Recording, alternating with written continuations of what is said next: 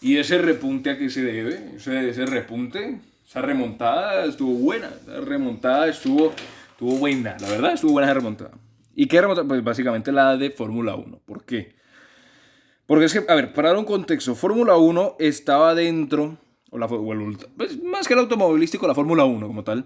estaba dentro de esa categoría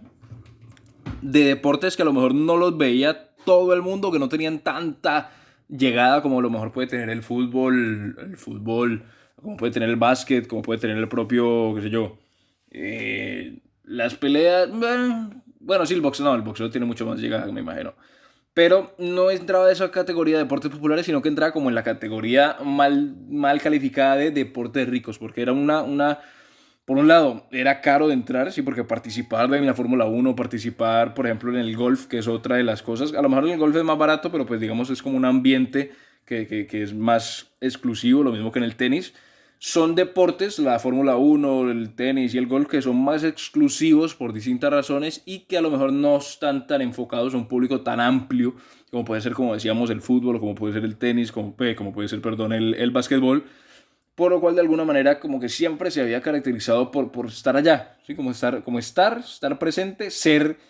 un lugar donde se movía bastante dinero, porque para estar o ser parte o formar parte de la Fórmula Uno por un lado está el tema de los equipos,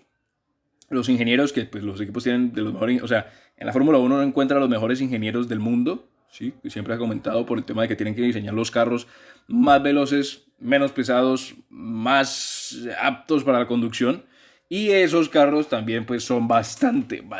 cariñosos. Además del hecho de que pues la cantidad de dinero que se lleva en todo el tema de los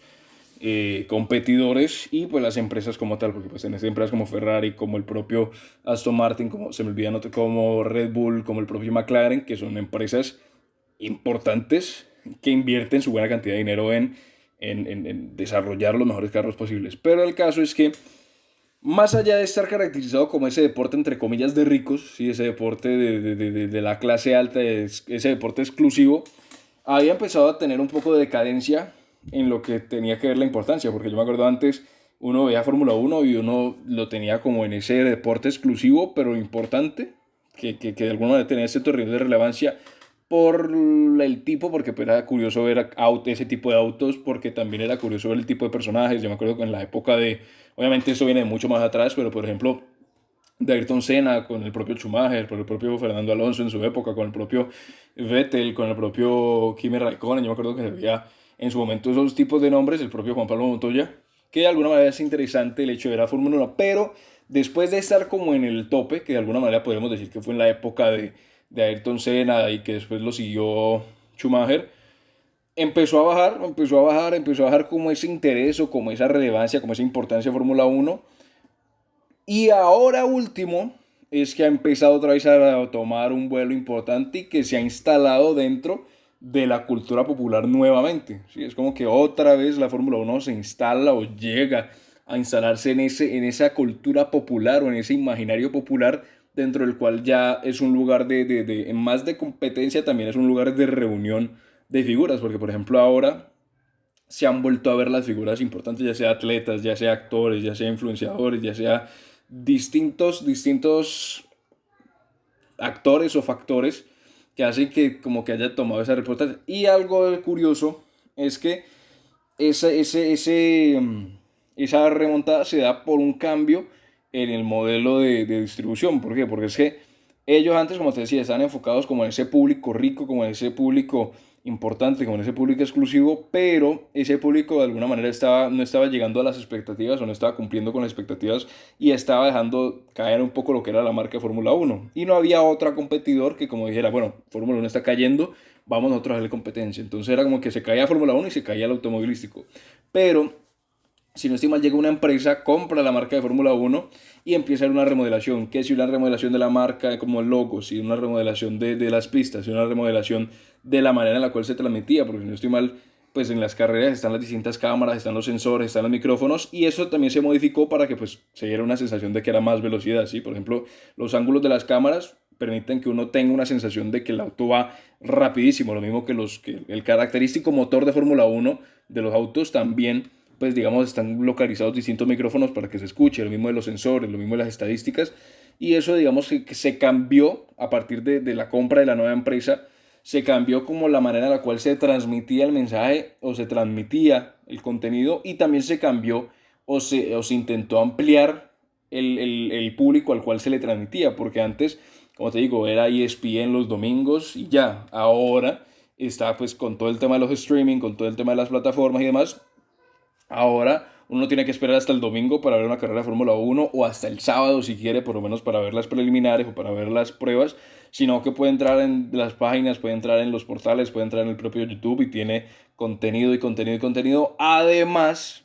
del hecho de que ahora ha habido algo que siempre es importante y es competencia. Y no solamente competencia en que, uy, vamos a ver quién es el mejor, sino que una rivalidad, que es distinto tener una competencia, una rivalidad entre dos figuras, entre dos figuras. Y siempre, en cualquier aspecto, en cualquier lado donde se quiera dar visualización a algo, cuando haya una competencia entre dos figuras, siempre va a llamar la atención, siempre va a llamar la atención porque va a haber bandos, va a haber un bando que esté con este, un bando que esté con el otro, y esos bandos van a chocar cada vez que se enfrenten y van a decir, bueno, este ganó, entonces, uy, este es mejor que el otro, o el otro ganó, uy, este es mejor, este le ganó aquí. Entonces siempre va a haber como esa competencia, esa conversación, además del hecho de que no está mal que uno de los que está compitiendo sea considerado de los mejores corredores de la historia, porque por ejemplo Hamilton, obviamente estamos hablando de Hamilton contra Verstappen, que Hamilton es un tipo que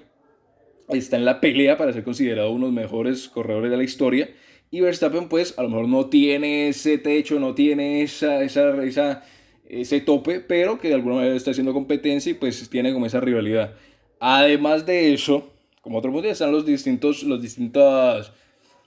personalidades, por ejemplo, un Ricardo, un Daniel Ricardo, está por ejemplo un Fernando Alonso, el propio Kimi Raikkonen, el Vettel, que creo que ya pues, está a punto de retirarse, el propio Leclerc, el propio Bottas, sí, todos tipos que de alguna manera hacen que más allá de esa rivalidad titular,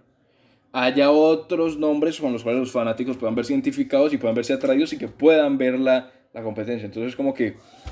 más que enfocarse en la carrera únicamente, ¿sí? Como por ejemplo se podía hacer antes, que se enfocaban únicamente en la carrera, se enfocan en que hay una relación entre los aficionados y las personas que están compitiendo para que así pueda haber un enganche, que las personas pues no solamente vean la carrera, sino que la vean porque apoyan a este, apoyan al otro, apoyan aquí. Y es algo parecido, más o menos similar a lo que pasa, por ejemplo, con la UFC, que la UFC no se enfoca únicamente en